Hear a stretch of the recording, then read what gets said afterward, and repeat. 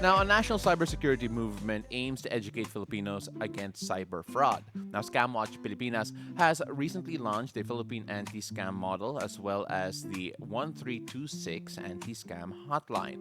Now, to talk more about Scamwatch Pilipinas, co-founder and co-lead convener is Jocel De Guzman, joins us in the Hangout.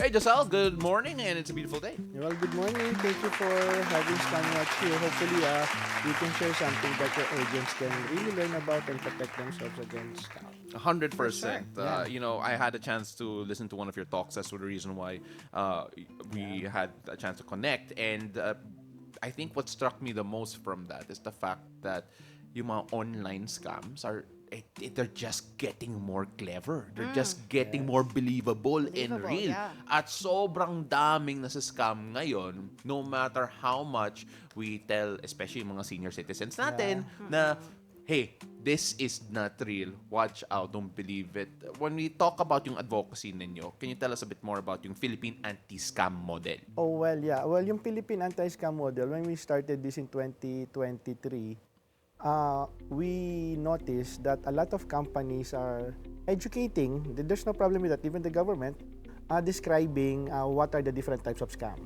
But the problem with scam nowadays, since then and now, there's always new. So people cannot really adapt what is phishing, squishing, smishing, di ba? There are so many. You have task scam, you have job scam, investment scam. So there are so many. And an ordinary Filipino who's having difficulty to send money using his or her e-wallet cannot really catch up. Because the real problem is there's no digital literacy and cyber hygiene training for all Filipinos. This happened during the pandemic where the digitalization has been accelerated. Yeah. Suddenly our lives is digital, but no one actually taught us how to properly navigate the internet, the social media. And that's why when we started this, the first part of the quad model is behavioral change. So here we're promoting four. The first one is magdamot, don't share your personal information. The second one is magduda, doubt, too good to be true offers, pagdudahan. Amang snap, basic, when we were young, we were taught not to talk to strangers. But here we are now, we keep on fighting even strangers on the internet. So amang snap, and then the last one is the most important. It's magsumbong sa 1326. Because we already have the National Anti-Scam Hotline recognized by Malacanang. This is being run by the Cybercrime Investigation and Coordinating Center. And this is a 24/7 hotline. And it's not an AI. A lot of people kasi right now, when they complain or when they report scam, let's say you go to a bank, the first line of customer channel is an AI. Yeah, you talk So, to a bot. but you need to understand, these are victims, so they need someone to talk to. They don't actually, it's only secondary that they want their their problems to be resolved, but they just want to be heard. And the 1326 hotline is being run by digital forensic agent. But I have to be honest, let's say if you lost money in scam, there's only a 3% chance that you will be recovered, that you'll recover it. So it's gone. But however, the most common scam now is Facebook hacking. So let's say if your account has been hacked, call 1326, they will help you recover it immediately. So those are the four behaviors. So the other one is community. We have 1.3 million members of Citizens Crime Watch nationwide.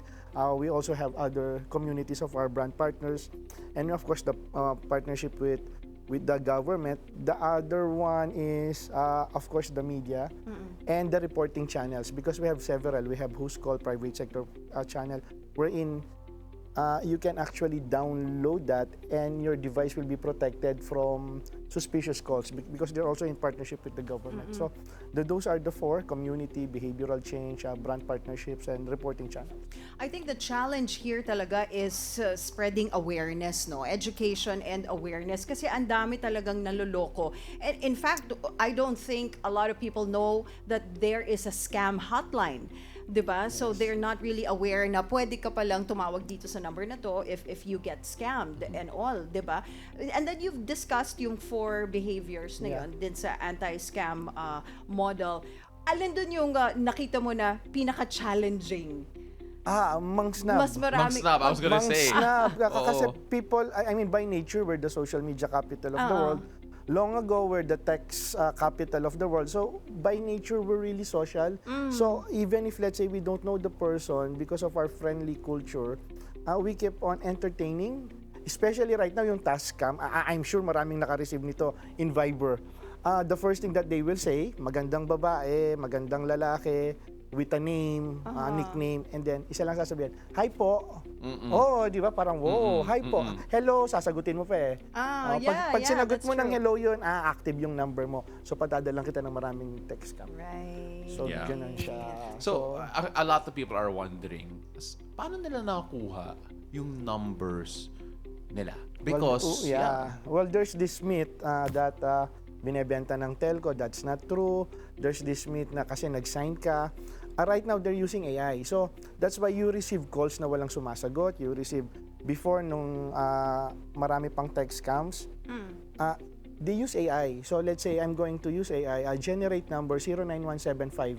So, all the 09175 will be generated.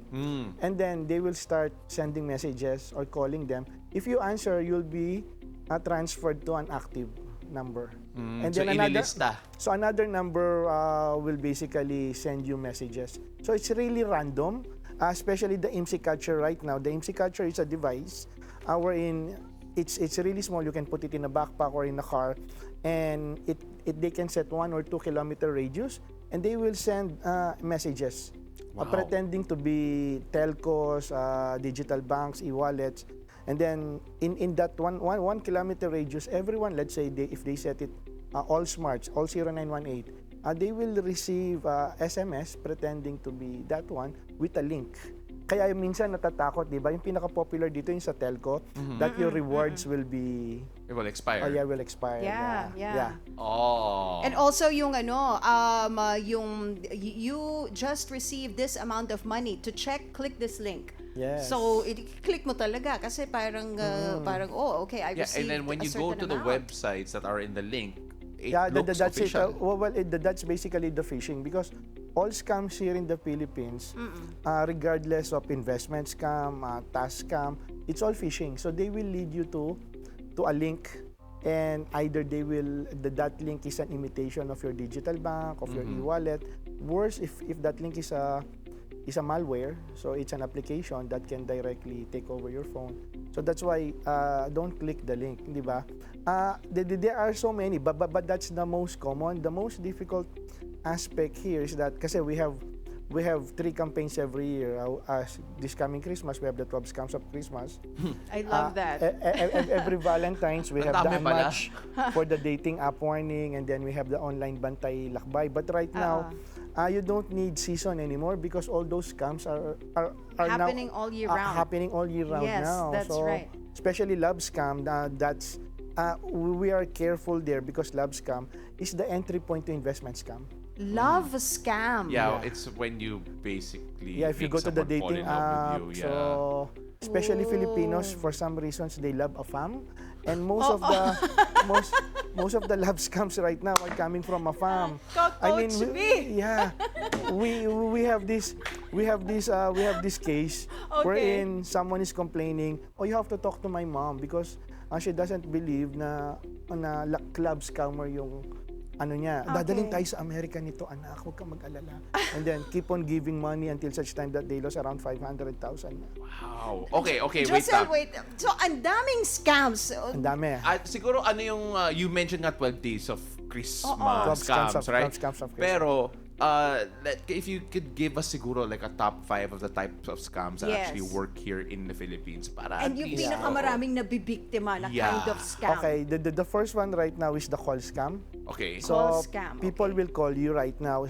They're targeting Filipinos with credit cards. Okay. So they will pretend to be banks, and then they will ask you for if you want to increase your credit limit. Here's the problem with that. Oh my gosh. That's a usual practice of the banks. Yeah, I was gonna They say. get telemarketing. That's why I have a staff who does all my presentation. He got scammed because someone called him na, increase natin yung credit limit mo. He lost 80,000. So even while talking, they're already using it. So kasi they will trick you into giving your OTP. They will trick you into giving into going through the link. Again, it's phishing. That's one. Can I just sing it one Yeah, go. question before you continue? Is it shady na if they ask for your OTP? Yes, eto, but they will not ask for OTP. Ayun yung mali din ng mga company. So don't share your OTP. OTP is a 4 to 6 digit number. So it's in the form, if they will ask you, I will send you a verification number so that I will know that it's you. Here's the catch. If you call the bank, let's say if you call your credit card, they may ask you for some information because you're the one calling. When they're the one calling, you should not even give your name. Or pag hiningi yung nasa likod ng credit card, Yes, that number, no, yeah, that's shady already if That's they shady. ask for that. No, yeah, the mere fact if they ask for your name, that's shady already. Okay. If they ask for your credit card number, that's shady already. Okay, yeah. So, call scam, that's one. That's Okay. one. Ano yung pangalawa? The biggest one is investment scam. Yeah. The problem with investment scam, the entry point is love scam. So it's actually, you cannot intertwine the two. Kasi this is a long-term scamming. Hindi siya mabilisan na isa. So most of the time, let's say if you meet someone in the dating app, kasi I think 50% in the dating app are fake accounts eh. That's why may mga verification na. So they will ask you to invest. Oh, I want you to enjoy the same world that I have. So I think we should invest together. Kasi they will now create this daily habit. Good morning, how are you? Did you eat? How's my baby? How's this? How's that? So if you have that, it's like, okay, you have an LDR and then it's, one example, it's a gwapong Turkish.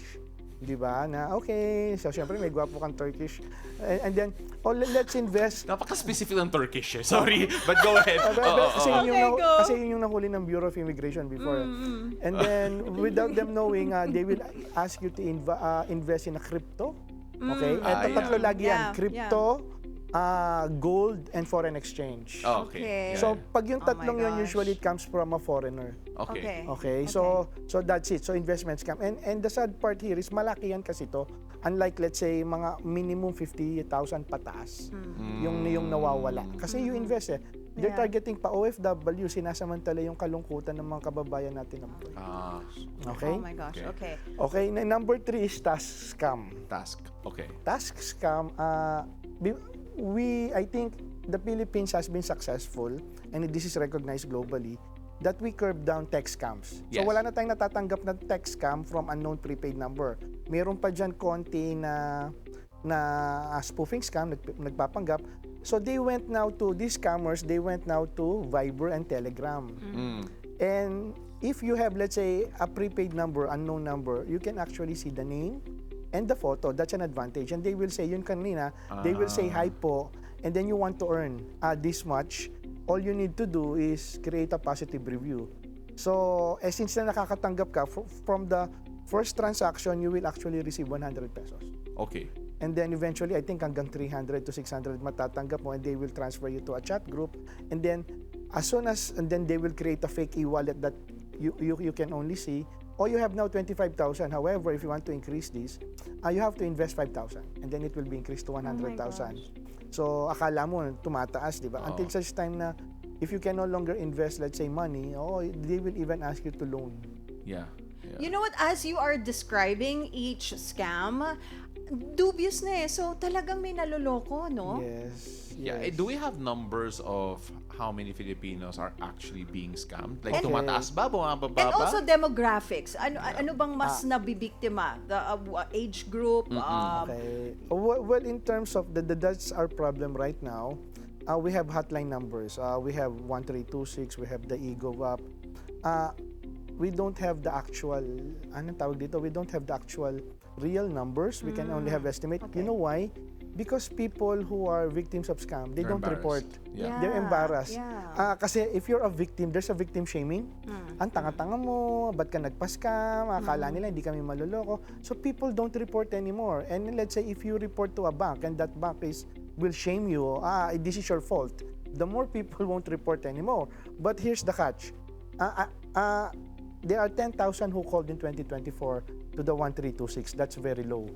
Okay? Considering that Globe and Smart are claiming to, have blocked millions of Yeah. text scams. Okay, so that's very small.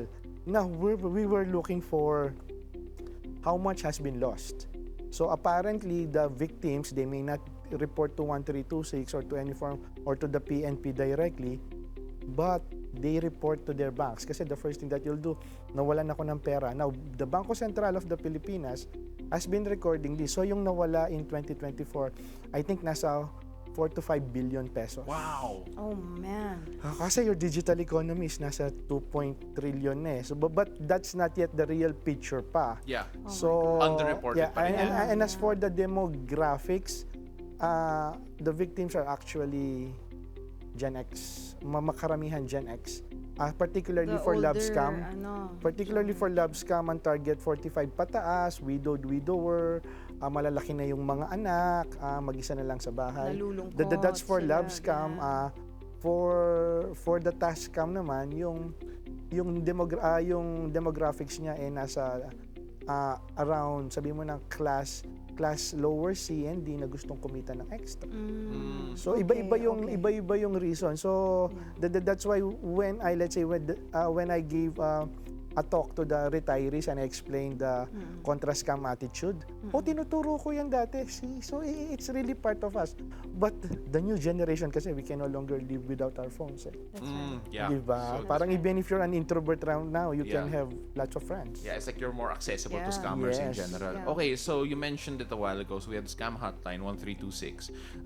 The eGov app. The eGov app, I believe yeah. you can also report there. You can report there, and of course you have the Who's Call. Download Who's Call kasi this is your first line of protection. Okay. It will, especially for Android users. Okay. ang Wait, dami kasi- Android ako, wait, download. Okay. it. So for Android users, so it can Oh. actually warn you. Who's Call can actually warn you of suspicious calls, suspicious SMS with links. They have this capability for you to screenshot a content on FB or in the internet, and they will tell you if it's a scam. Okay. So they have the content checker. And then we have a Facebook group. Yung members po nito sa Facebook, ang tawag Scam Vault Philippines. More than 2,000 po. Ang dami po, ginaya na kasi kami. Okay. So, ginaya na kami, ang dami. So, pinapababa pa kay Facebook. So, there, you can actually share scam, anything that you see as a citizen. You screenshot a deep fake, you screenshot a task scam. What's important to us is the number, the website, the Facebook account, and the link. Okay. Because we surrendered this to CICC and PNP Anti-Cybercrime Group, especially the fake pages on Facebook, because they submit this to Meta so that Meta can take it down. The prepaid numbers, they submit this to the National Telecommunications Commission so that they can block the numbers. And of course, the website so that the ICT can also block the numbers. So far, that's just what we're doing, but it's whack-a-mole. Yeah, yeah, It feels yeah. like it always comes up. Yeah. Okay, so Man, we're I wish we had more time. Yeah, So we're running many out of questions time. to ask. Pinipigilan ko ang sarili ko mag-additional question. But yeah, we've run out of time. But at least we got it out there that there is a hotline that they Yeah. can call and download that Who's Call app now, especially Yes. if you're... if people want to learn more, how Yes. can they reach out to you Just guys? follow us on Facebook, Scamwatch Pilipinas. And let's say if you're victimized, we have a one-stop shop reporting. Just go to scamwatchpilipinas.com and they will link you to all government agencies. All right. Jocel, before we let you go, our show is called Beautiful Day. What makes your day beautiful? Guys, you guys. I seldom wake up early, but because of Paolo, Thank you for I really that appreciate it. effort. I don't turn down. So let's say, for instance, if you have a community, just message us in our Facebook page. We don't turn down for as long as we can schedule it. We may not be accepted on the date you desired, but we always give talks, Right. anti-scam talks to seniors, to students, to everyone. All right, perfect. And hopefully we can address this problem more and more, Yes. especially because everyone is always on their phones. All right, thank you so much. Ladies and gentlemen, that's Jocel De Guzman, Thank you, the Jocel. co-founder and co-lead convener of Scamwatch Pilipinas. Thank you so much for joining us. Appreciate it.